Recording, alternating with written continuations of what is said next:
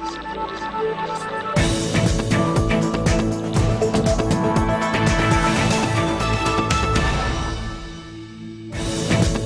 ഗുരുവിൽ ഇന്ന് Revathi Kalamandir film academy Thiruvananthapuram.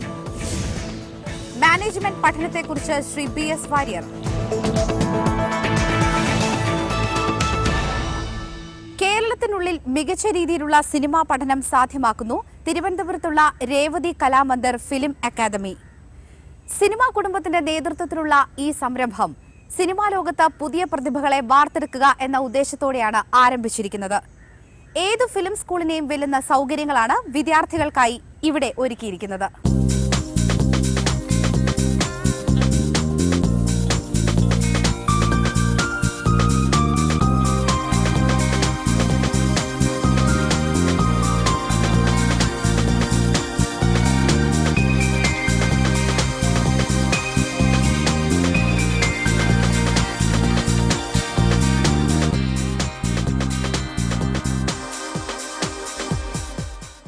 സിനിമയുടെ വിവിധ മേഖലകൾ പഠിക്കാൻ അവസരം തരുന്നു രേവതി കലാമന്ദിർ ഫിലിം അക്കാദമി. തിരുവനന്തപുരത്തെ കിൻഫ്ര പാർക്കിലുള്ള അക്കാദമിയിലാണ് നമ്മളിപ്പോൾ ഉള്ളത്. ഈ സ്ഥാപനത്തെ നമുക്ക് കൂടുതൽ അടുത്തറിയാം. 1980-ലാണ് സിനിമാ നിർമ്മാതാവ് G. സുരേഷ് കുമാർ രേവതി കലാമന്ദിർ എന്ന പേരിൽ സിനിമാ നിർമ്മാണ കമ്പനി ആരംഭിക്കുന്നത്. കഴിഞ്ഞ 3 പതിറ്റാണ്ടിനിടെ 30ഓളം സിനിമകൾ രേവതി കലാമന്ദിർ നിർമ്മിച്ചു. അതുവഴി സിനിമാ ലോകത്ത് നിരവധി താരങ്ങളുടെ ഉദയം കുറിച്ചു. ഇതിൽ നടീനടന്മാരുണ്ട്, സംവിധായകരുണ്ട്, ഗായകരുമുണ്ട്. ഇന്ന് രേവതി കലാമന്ദിർ പുതിയൊരു സംരംഭത്തിലാണ്. സിനിമാ ലോകത്ത് പുതിയ പ്രതിഭകളെ സൃഷ്ടിക്കുക എന്ന ലക്ഷ്യവുമായി സുരേഷ് കുമാറും ഭാര്യയും പ്രശസ്ത നടിയുമായ മേനകയും മക്കളും ചേർന്ന് ആരംഭിച്ചതാണ് Revathi Kalamandir film academy. Cinema നിർമ്മാണത്തിന്റെ വിവിധ മേഖലകൾ ഈ അത്യാധുനിക ഫിലിം സ്കൂളിൽ നിന്ന് പഠിക്കാം. തിരുവനന്തപുരത്ത് 75 ഏക്കറിൽ പരന്നുകിടക്കുന്ന കിൻഫ്ര ഫിലിം ആൻഡ് വീഡിയോ പാർക്കിലാണ് Revathi Kalamandir film academy. Cinema സ്വപ്നം മനസ്സിൽ കണ്ട് നടക്കുന്നവർക്ക് ഏറ്റവും യോജിക്കുന്ന മനോഹരമായ സാഹചര്യമാണ് അക്കാദമിയുടേത്. പ്രശസ്ത ഛായാഗ്രാഹകൻ സണ്ണി ജോസഫാണ് അക്കാദമിയുടെ ഡയറക്ടർ. കേരളത്തിലെ കുട്ടികൾക്ക് പഠിക്കാനായിട്ടുള്ള ഒരു ഇൻഡസ്ട്രി സ്റ്റാൻഡേർഡിലുള്ള അല്ലെങ്കിൽ എല്ലാ ഫെസിലിറ്റീസും കൂടെ ഉള്ള ഒരു അക്കാഡമി പ്രൈവറ്റ് സെക്ടറിൽ അതിൻ്റെ ഒരു അഭാവം ഉണ്ടായി.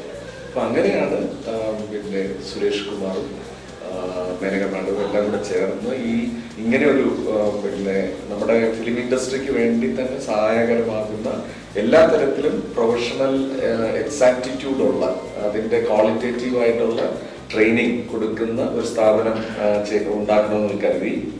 അതനുസരിച്ചിട്ട് നമ്മൾ പിന്നെ അതിൻ്റെ പാഠ്യപദ്ധതിയും അതിൽ ഇവിടുത്തെ ട്രെയിനിങ്ങിൻ്റെ രീതികളും ഒക്കെ തന്നെ കുട്ടികൾ ഇവിടെ ചേർന്നാൽ ഫസ്റ്റ് ഡേ തന്നെ ഹാൻഡ്സ് ഓൺ പ്രാക്ടിക്കൽ ആയിട്ട് അവരുടെ പരിചയം എക്യുപ്മെന്റ് ആയിട്ടും അല്ലെങ്കിൽ പ്രവർത്തന രീതികളുമായിട്ടുള്ള പരിചയം ഉണ്ടാക്കിയെടുക്കുന്ന തരത്തിലാണ് നമ്മൾ ഇതിന്റെ സിലബസും മറ്റ് പ്രാക്ടിക്കൽസും വെച്ചിരിക്കുന്നത്. Direction, cinematography, film acting, film editing, screen play writing, sound recording and design എന്നീ കോഴ്സുകളാണ് രേവതി കലാമന്ദിർ ഫിലിം അക്കാദമിയിലുള്ളത്. 2 വർഷം നീളുന്ന കോഴ്സാണ് സംവിധാനവും ഛായാഗ്രഹണവും. ബിരുദമുള്ളവരെയാണ് ഇതിലേക്ക് പ്രതീക്ഷിക്കുന്നതെങ്കിലും ആപ്റ്റിറ്റ്യൂഡ് ടെസ്റ്റിൽ മികച്ച പ്രകടനം കാഴ്ചവെക്കുന്ന ബിരുദധാരികളല്ലാത്തവർക്കും പ്രവേശനം ലഭിക്കും. സ്ക്രീൻ പ്ലേ റൈറ്റിംഗിന് അപേക്ഷിക്കുന്നവർക്ക് ബിരുദം നിർബന്ധമാണ്. 1 വർഷം നീളുന്ന കോഴ്സാണിത്. 2 വർഷത്തെ എഡിറ്റിംഗ് കോഴ്സിന് +2 ആണ് യോഗ്യത. സൗണ്ട് റെക്കോർഡിംഗ് ആൻഡ് ഡിസൈൻ 2 വർഷം നീളുന്ന കോഴ്സാണ്. +2 ആണ് ഇതിനും യോഗ്യത. 1 വർഷം നീളുന്ന കോഴ്സാണ് സിനിമാഭിനയം. +2കാർക്ക് അപേക്ഷിക്കാം. നമ്മൾ എവറി ഫിലിം സ്കൂളിൽ നിന്ന് വെളി വരുന്ന ആൾക്കാർക്ക് ദേ വാണ്ട് എക്സ്പീരിയൻസ്. അപ്പോൾ അത് എക്സ്പീരിയൻസ് നമ്മൾ ഫിലിം ഇൻഡസ്ട്രിയിൽ കയറുമ്പോഴാണ് നമുക്ക് കൂടുതൽ എക്സ്പീരിയൻസ് കിട്ടുന്നത്. പക്ഷെ അല്ലാതെ നമ്മൾ അക്കാഡമിയിൽ എഡ്യൂക്കേഷൻ മാത്രമായിട്ടാണ് many film schools are giving. അപ്പോൾ നമുക്കിവിടെ ഇൻഫ്രാസ്ട്രക്ചർ ഫെസിലിറ്റീസ് ഉണ്ട് where students can have hands on experience. ഇപ്പോൾ രേവതി കലാമന്ദിർ ഫിലിം അക്കാഡമിയിൽ വി ഹാവ് എഡിറ്റിംഗ് സൂട്ട് ഉണ്ട്, we have recording dubbing studio ഉണ്ട്, DI ഫെസിലിറ്റി ഉണ്ട്. ഇവർക്ക് സ്റ്റുഡൻസിനൊക്കെ ഇരുന്ന് ഡിസ്കഷന് viewing room, they have library with lot of sources of DVDs. അപ്പം ഇതൊക്കെ അവർ എക്സ്പീരിയൻസ് ഗെയിൻ ചെയ്യാനാണ്. നമുക്കൊരു വർക്ക് ഇവിടെ വരികയാണെങ്കിൽ students can take A look at it, they have hands on experience. ഒരു ഫിലിം സ്കൂളിന് വേണ്ട അത്യാധുനിക സൗകര്യങ്ങളെല്ലാം തന്നെ ഇവിടെ ഒരുക്കിയിരിക്കുന്നു. 2 സ്റ്റുഡിയോ ഫ്ലോറുകളാണ് ഇവിടെ ഉള്ളത്. സീനുകളുടെ ചിത്രീകരണവും ലൈറ്റിംഗും പഠിക്കാനും വിദ്യാർത്ഥികളുടെ ക്ലാസ് പ്രോജക്ടുകൾ ചിത്രീകരിക്കാനും മിനി ഷൂട്ടിംഗ് ഫ്ലോർ അക്കാദമിയിൽ തന്നെയുണ്ട്. ബേസിക് ലൈറ്റിംഗ് പ്രാക്ടീസുകൾ നടക്കുന്നത് ഇവിടെയാണ്. അഡ്വാൻസ് ലൈറ്റിംഗ് പ്രാക്ടീസുകൾക്കുള്ള 11,000 സ്ക്വയർ ഫീറ്റ് ഫ്ലോറിന്റെ നിർമ്മാണം നടക്കുന്നു. അതാതു മേഖലകളിലെ വിദഗ്ധരും പരിചയസമ്പന്നരുമാണ് ക്ലാസുകൾ എടുക്കുന്നത്. സിനിമാ കുടുംബത്തിന്റെ ബന്ധങ്ങൾ പ്രഗത്ഭരെ ഇവിടെ എത്തിച്ച് ക്ലാസുകൾ എടുക്കാൻ സഹായകമാകുന്നു. നിരവധി ദേശീയ അവാർഡുകൾ നേടിയ സംവിധായകൻ ഗിരീഷ് കാസർവള്ളി രേവതി കലാമന്ദിർ ഫിലിം അക്കാദമിയിലെ കുട്ടികളുമായി സംവദിക്കുന്നു.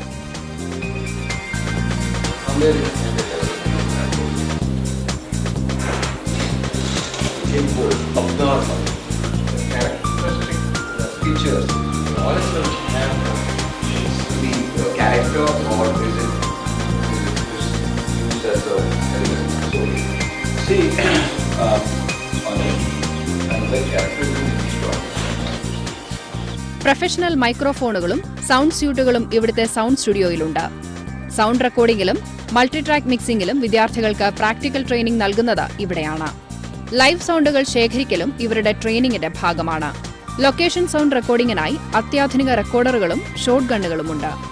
FCP, അവിഡ് പ്രീമിയർ സോഫ്റ്റ്വെയറുകളുമായി 12 എഡിറ്റിംഗ് സ്യൂട്ടുകളുണ്ട്. ഷൂട്ട് ചെയ്യുന്ന ഫുട്ടേജുകൾ എഡിറ്റ് ചെയ്യാനും അതുവഴി എഡിറ്റിംഗ് എന്ന കല സ്വായത്തമാക്കാനും വിദ്യാർത്ഥികൾക്ക് അവസരം ലഭിക്കുന്നു. അഭിനയം പഠിപ്പിക്കാൻ എത്തുന്നത് ഈ രംഗത്തെ പ്രതിഭകൾ തന്നെയാണ്. ഒരു ക്യാരക്ടറിനെ മനസ്സിലാക്കാനും സീനുകൾ ബ്രേക്ക് ഡൌൺ ചെയ്യൽ പോലെയുള്ള ടെക്നിക്കുകൾ പഠിക്കാനും അഭിനയത്തിന്റെ ശാരീരിക മാനസിക വശങ്ങൾ മനസ്സിലാക്കാനും ഈ രംഗത്തെ പരിചയസമ്പന്നർ വിദ്യാർത്ഥികളെ സഹായിക്കുന്നു. രജനീകാന്തിന്റെയും ചിരഞ്ജീവിയുടെയും ശ്രീനിവാസന്റെയും മറ്റും അഭിനയ ഗുരുവായ പ്രഭാകരൻ മാഷ് കുട്ടികൾക്ക് അഭിനയത്തിന്റെ ടെക്നിക്കുകൾ പറഞ്ഞുകൊടുക്കുന്നു.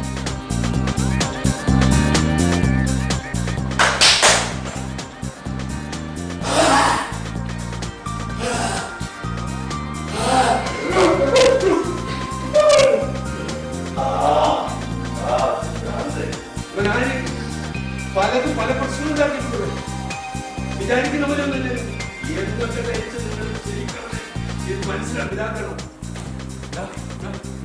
നീ വേഗം വാ.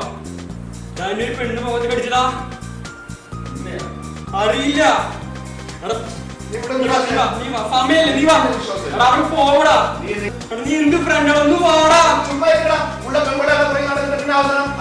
നീ വന്നേ. സിനിമാ മേഖലയിൽ നിന്നുള്ളവർ നേതൃസ്ഥാനത്തിരിക്കുന്നതിന്റെ ഗുണം കിട്ടുന്നത് ഇവിടുത്തെ വിദ്യാർത്ഥികൾക്കാണ്. ഫിലിം ഇൻഡസ്ട്രിയിൽ നിന്നുള്ള നിരവധി എക്സ്പേർട്ടുകളാണ് ഇവിടെ ക്ലാസുകൾ എടുക്കാനും വർക്ക്ഷോപ്പുകൾക്കും മറ്റുമായി എപ്പോഴും എത്തിക്കൊണ്ടിരിക്കുന്നത്.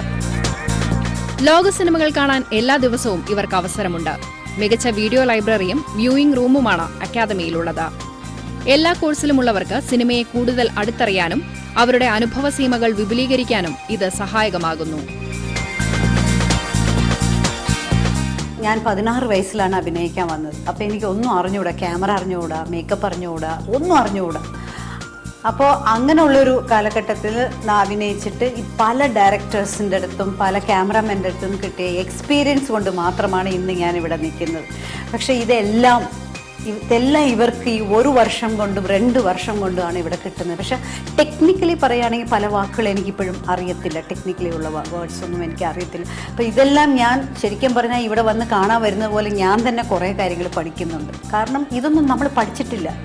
നമുക്ക് അങ്ങനത്തെ ഒരു ഓപ്പർച്യൂണിറ്റി കിട്ടില്ല. വരും അഭിനയിക്കുക ഓടുക എന്ന് മാത്രമേ ഉള്ളൂ. ഇപ്പോൾ ബിഹൈൻഡ് ദ ക്യാമറയിൽ എന്തൊക്കെയാണോ ഉള്ളത് അതൊക്കെ സത്യം പറഞ്ഞ ഒരു സിനിമയിലുള്ള ആൾക്കാർ തീർച്ചയായിട്ടും അറിഞ്ഞിരിക്കണം. സിനിമയെ മുഴുവനായിട്ട് മനസ്സിലാക്കണമെങ്കിൽ ഇതെല്ലാം അറിയണം.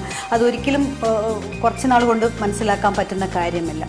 ഇത് കാണുമ്പോൾ സത്യം പറഞ്ഞാൽ ഇപ്പോൾ ഇതിനകത്ത് വരുമ്പോഴെല്ലാം ഞാൻ ഒരു സ്റ്റുഡൻറ്റ് എന്നുള്ള രീതിയിൽ തന്നെ വന്നു പോകുന്നു. കാരണം അത്രയും കാര്യങ്ങൾ ഇവിടെ ഉണ്ട്. പിന്നെ സിനിമ ഇതൊക്കെ എന്തോ അവർക്ക് പാരൻസിന് പിള്ളേർക്ക് ഇഷ്ടമാണ്, പെൺകുട്ടികൾക്ക് ഇഷ്ടമാണ്. പക്ഷെ അവരുടെ പാരൻസിന് എന്തോ സിനിമയിലേക്ക് വിടാനുള്ള ഒരു പേടിയുണ്ട്. നാച്ചുറലി പേടി കാണും, ഇല്ലെന്ന് ഞാൻ പറയുന്നില്ല. പക്ഷെ ഇത് പേടിക്കേണ്ട ഒരു ഫീൽഡ് അല്ല, നല്ല ഫീൽഡാണ്. ഇന്ന് വളരെ ഫോർവേഡാണ്. ഒരുപാട് ജോബ് ഓപ്പർച്യൂണിറ്റി ഉള്ള ഒരു ഫീൽഡാണ്. പെൺകുട്ടികൾ വരണം എന്നാണ് എൻ്റെ ഒരു അഭിപ്രായം. കാരണം ഇപ്പം ഞാൻ എൻ്റെ മോള്, എൻ്റെ 2 മക്കളും ഇതിനകത്ത് തന്നെയാണ് ഇരിക്കുന്നത്. പക്ഷെ എനിക്ക് പറയാം, കാരണം ഞാൻ ഫിലിം ഫീൽഡിൽ നിന്ന് വന്നതുകൊണ്ട് എനിക്കിത് നല്ലതാണെന്ന് എനിക്കറിയാം, എനിക്ക് പറയാൻ പറ്റും. പക്ഷേ ഇതിന് പുറമേ ഉള്ളവർക്ക് ഒരു പേടി തീർച്ചയായിട്ടും കാണും. പക്ഷെ പേടിക്കേണ്ട ഒരു കാര്യവുമില്ല. ഇത് വളരെ നല്ലതാണ്. ഈ കുട്ടികളെല്ലാവരും നന്നായിട്ട് നടക്കുകയാണെങ്കിൽ തീർച്ചയായിട്ടും അത് നല്ലൊരു ഫീൽഡ് തന്നെയാണ്. പെൺകുട്ടികൾ വരണം എന്നാണ് ഞാൻ പറയുന്നത്. HD പ്രോജക്ടറുകളുള്ള ക്ലാസ് റൂമുകൾ, പ്രൊഫഷണൽ DI സ്യൂട്ടുകൾ, അവസാന വർഷ പ്രോജക്ടുകൾക്കായി ഗോപ്രോ അടക്കമുള്ള അത്യാധുനിക ക്യാമറകൾ എന്നിവയും വിദ്യാർത്ഥികൾക്കായി ഒരുക്കിയിരിക്കുന്നു. ക്ലാസ് റൂം തിയേറ്ററിന്റെയും VFX സ്യൂട്ടിന്റെയും നിർമ്മാണം നടക്കുകയാണ്.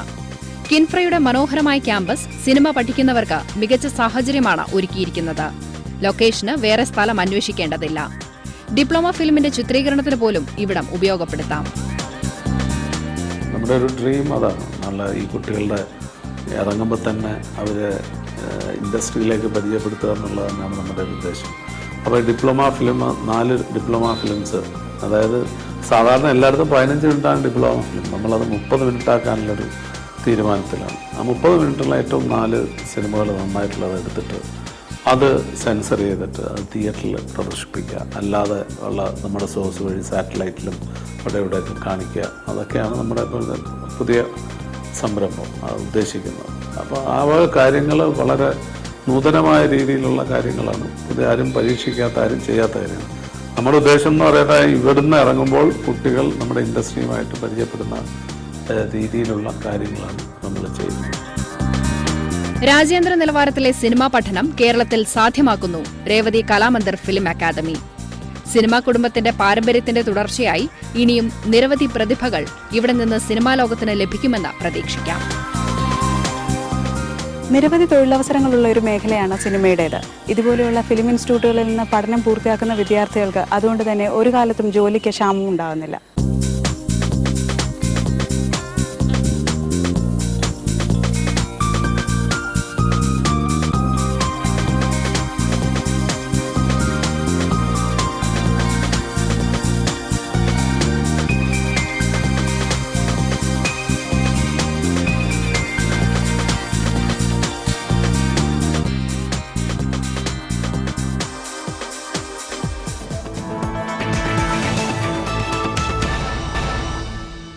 മാനേജ്മെന്റ് കോഴ്സുകൾ വിദ്യാഭ്യാസ സർവേകളിൽ ആദ്യ സ്ഥാനത്താണ്.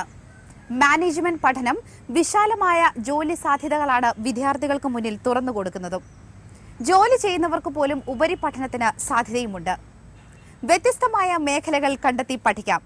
ഇതിനെക്കുറിച്ചെല്ലാം പറഞ്ഞു തരുന്നു കരിയർ വിദഗ്ധൻ ശ്രീ BS വാര്യർ ഇന്ന് കരിയർ ഗുരുവിലൂടെ. ജോലി ചെയ്യുന്നവർക്കും പഠിക്കുന്നവർക്കും ഒരുപോലെ ഉപയോഗപ്രദമാണ് മാനേജ്മെന്റ് കോഴ്സുകൾ. വിവിധ മാനേജ്മെന്റ് കോഴ്സുകളുണ്ട്. ഒരു വലിയ ഏരിയ തന്നെയാണിത്. ഇതിൻ്റെ ജോലി സാധ്യതകളെക്കുറിച്ചും കോഴ്സുകളെക്കുറിച്ചും ഒക്കെ ഒന്ന് പറഞ്ഞു തരുമോ? മാനേജ്മെൻറ്റ് അത്യാകർഷകമായ ഒരു പ്രൊഫഷണൽ മേഖലയാണ്. ഇപ്പോൾ BSc, BA, BCom മുതലായ ത്രിവത്സര ബിരുദങ്ങൾ ജയിച്ചവർക്ക് പലപ്പോഴും നല്ലൊരു ജോലി കിട്ടാൻ തടസ്സം ഉണ്ടായിരിക്കാം.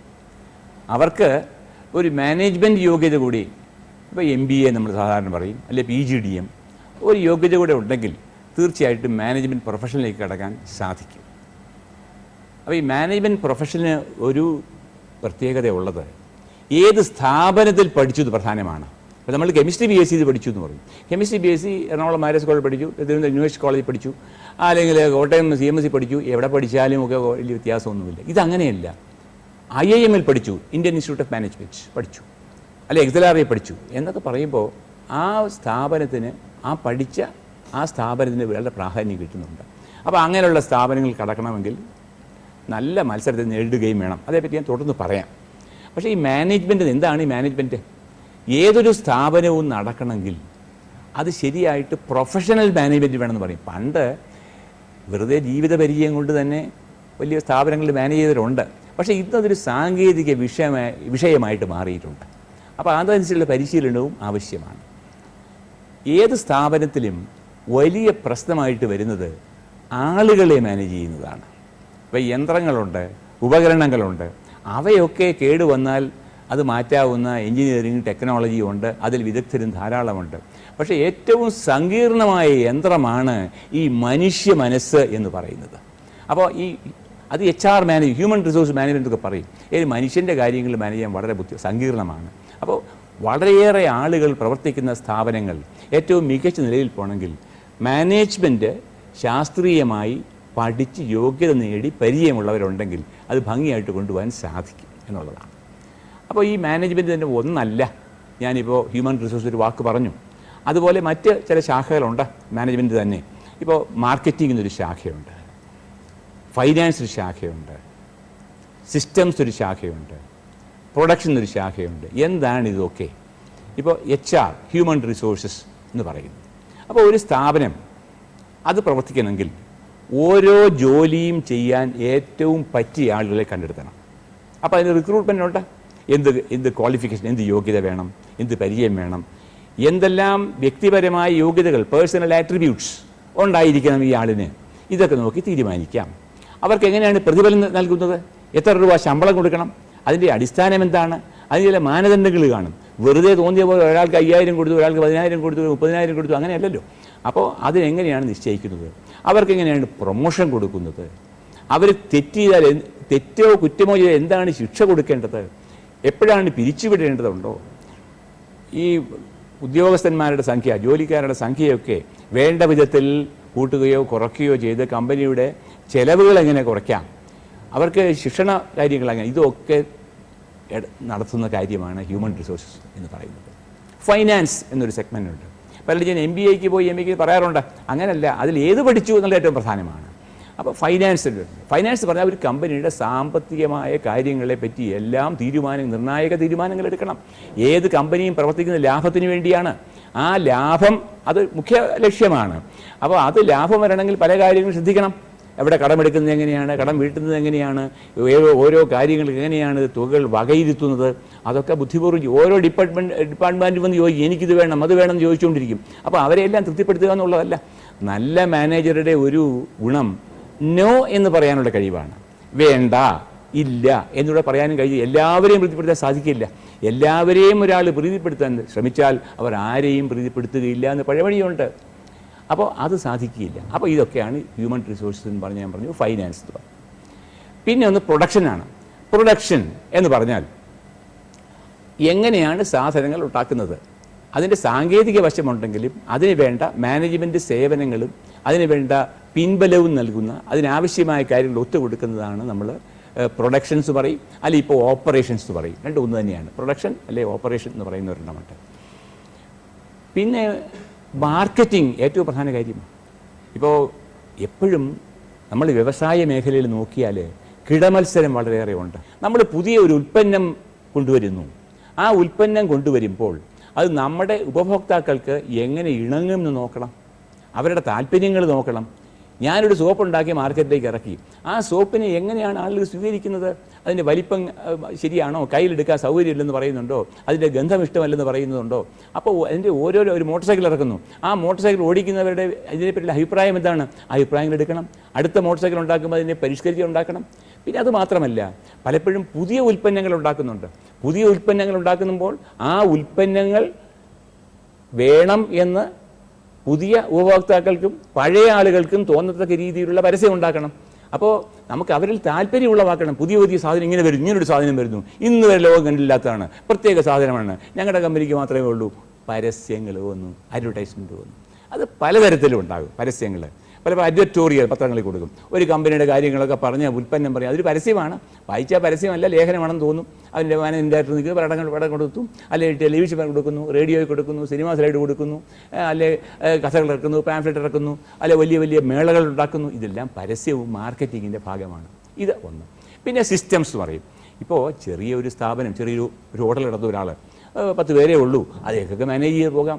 നേരെ മറിച്ച് ഒരു 10 ഡിപ്പാർട്ട്മെൻറ്റുള്ള 20,000 പേര് ജോലി ചെയ്തൊരു സ്ഥാപനമുണ്ടെങ്കിൽ ഇവരെയെല്ലാം സമന്വയിക്കുകയും കൂട്ടിയിണക്കുകയും ചെയ്യുന്നതിന് വളരെയേറെ ശ്രദ്ധിക്കണം. അതിന് കമ്പ്യൂട്ടറിൻ്റെ ഐടിയുടെ ഉപയോഗമുണ്ട്. അതാണ് സിസ്റ്റംസ്, കമ്പ്യൂട്ടർ സിസ്റ്റംസാണ്. അപ്പോൾ ഇങ്ങനെ ഓരോരോ മേഖലകളിൽ നിന്ന് പ്രവർത്തിക്കേണ്ടി വരും. അതിനൊക്കെ ഓരോന്നിനും ഏറ്റവും പറ്റിയ ആളുകളെ കണ്ടെത്തുകയും വേണം. പിന്നെ വേറെ അതിനകത്തോട്ട് കാര്യമുള്ളത്, ഞാൻ സ്ഥാപനങ്ങളെ പറ്റി പറഞ്ഞു. ഇപ്പോൾ സർവകലാശാലകൾ കൊടുക്കുന്ന കോഴ്സായി MBA. എല്ലാവരും MBAക്ക് പോയി MBA കേമമാണെന്ന് ധരിക്കുന്നവരുണ്ട്. MBA കേമെന്ന് പറയാൻ സാധ്യമല്ല. കാരണം ഇന്ത്യയിലെ ഏറ്റവും മികച്ച IIM XLRI ഒന്നും MBA അല്ല കൊടുക്കുന്നത്. അവരുടെ PG DPDM എന്ന് പറയും, അല്ലെങ്കിൽ PGP ഡിപ്ലോമ എന്ന് പറയും. അപ്പോൾ MBA എന്ന് പറഞ്ഞാൽ അത് യൂണിവേഴ്സിറ്റി പ്രോഗ്രാമാണ്. സർവകലാശാലയുടെ പ്രോഗ്രാമിന് ചെറിയൊരു പോരായ്മയുള്ളത് അതിൻ്റെ പാഠ്യക്രമം, അതിൻ്റെ കരിക്കുലം അത് പരിഷ്കരിക്കണമെങ്കിൽ 1-2 കൊല്ലമെടുക്കും.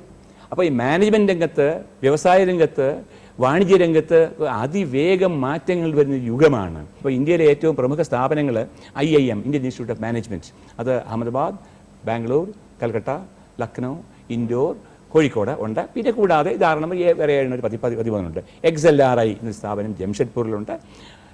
അതേപോലെ തന്നെ ജവഹർലാൽ ബജാജ് ഇൻസ്റ്റിറ്റ്യൂട്ട് മുംബൈയിലുണ്ട്. FMS ഡൽഹി, അതായത് അത് FMS ഡൽഹി യൂണിവേഴ്സിറ്റി ഡൽഹിയുടെ ഭാഗമാണ്. ഫാക്കൽറ്റി മാനേജ്മെൻറ്റ് നിസ്സാര ഫീസിൽ IIM തലത്തിൽ തന്നെ ആ നിലവാരത്തിൽ പഠിക്കാൻ പറ്റിയ സ്ഥാപനമാണ്. SPN ഇൻസ്റ്റിറ്റ്യൂട്ട് ഉണ്ട്, മാനേജ്മെൻറ്റ് റിസർച്ച് മുംബൈ ഉണ്ട്, IIFT ഡൽഹി ഉണ്ട്, ഫോറിൻ സ്റ്റഡീസ്. പിന്നെ ഇതിൽ തന്നെ പ്രത്യേക വിഷയങ്ങളുടെ മാനേജ്മെൻറ്റിലെ പല വിഷയങ്ങൾ, ഇപ്പോൾ rural management, forest management, agri business management, plantation management, insurance management, international business എന്ന് പറയും, അല്ലെങ്കിൽ ഫോറിൻ ട്രേഡ് എന്ന് പറയും, textile management, bank management, power management, petroleum management, അങ്ങനെ ഒരുപാട് മാനേജ്മെൻറ്റുകളുണ്ട്. അപ്പോൾ ഏത് വേണമെങ്കിലും നല്ല പരീക്ഷയിൽ എഴുതേണ്ടിയിരിക്കും. CAT ഇന്ത്യയിലെ ഏറ്റവും പ്രധാനപ്പെട്ട പരീക്ഷ. CAT എന്നൊരു പരീക്ഷ, കോമ്പറ്റൻസ് ടെസ്റ്റ്. അത് IIMകളിലും ഒരു 150 സ്ഥാപനങ്ങളുണ്ട്. XAT എന്നൊരു പരീക്ഷയുണ്ട്. അതേ രീതിയിൽ മാറ്റ്, ആത്മ, ഇഗ്നോ, ഓപ്പൺ മാറ്റ്, സ്നാപ്പ് എന്നൊക്കെ പല തരത്തിലുള്ള, നിങ്ങൾ ഗൂഗിൾ ചെയ്താൽ കിട്ടും, പലതരത്തിലുള്ള മാനേജ്മെൻറ്റ് ടെസ്റ്റ് നമുക്ക് കിട്ടും.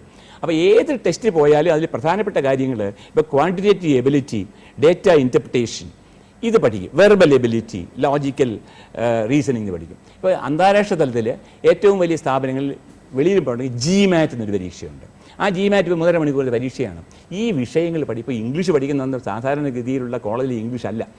അത് ആ പരീക്ഷയുടെ ഇംഗ്ലീഷിൻ്റെ ശൈലിയിൽ മാനേജ്മെൻറ്റ് ആവശ്യമായ രീതിയിൽ പഠിക്കാനുള്ള ശ്രമങ്ങൾ നടത്തേണ്ടി വരും. അതുപോലെ നല്ല പൊതുവിജ്ഞാനം ഉണ്ടായിരിക്കണം. അപ്പോൾ ഈ മാനേജ്മെൻറ്റ് നല്ല സ്ഥാപനത്തിൽ കയറണമെങ്കിൽ ഈ ഒരു ടെസ്റ്റുണ്ട്, അത് കഴിഞ്ഞ് ഗ്രൂപ്പ് ചർച്ചയുണ്ട്, ഒരു ഇൻ്റർവ്യൂ ഉണ്ട്. അപ്പോൾ നല്ല പൊതുവിജ്ഞാനം ആർജിക്കാൻ ഇപ്പോഴേ തന്നെ ശ്രമിക്കണമെങ്കിൽ, ബിരുദത്തിൽ ചേരുന്ന കുട്ടികളാണെങ്കിൽ സെക്കൻഡ് BSc, തേർഡ് BSc അല്ലെങ്കിൽ സെക്കൻഡ് BTech അപ്പോഴേ തന്നെ നല്ല ഭാഷ, ആ പരീക്ഷയുടെ അടുപ്പിച്ചുള്ള ഭാഷ, മാനേജ്മെൻറ്റ് ടെസ്റ്റിലുള്ള ഭാഷ, നല്ല പൊതുവിജ്ഞാനം, ഗ്രൂപ്പ് ഡിസ്കഷനുള്ള അതിൻ്റെ ടെക്നിക്ക്, സാങ്കേതിക വിദ്യകൾ, ഇൻ്റർവ്യൂ, ഇതെല്ലാം പഠിച്ചു കഴിഞ്ഞാൽ നല്ല മാനേജ്മെൻറ്റ് സ്ഥാപനങ്ങളിൽ കയറാൻ പറ്റും, മാനേജ്മെൻറ്റ് പൊസിഷനിൽ വരാൻ പറ്റും. പിന്നെ ഇഷ്ടപ്പെട്ട നമ്മുടെ മനസ്സിനിണങ്ങിയ ശാഖയാണ്. പിന്നെ അത് മാറിയിരിക്കും. ഇപ്പോൾ ഫൈനാൻസാണ് ഏറ്റവും മുന്നിൽ നിൽക്കുന്നത് പറയും. ഒരു പക്ഷേ 2 കഴിഞ്ഞ് മാർക്കറ്റിംഗ് അത് മാറി വരാം. ഏതായാലും നല്ല ഒരു കരിയറാണ്.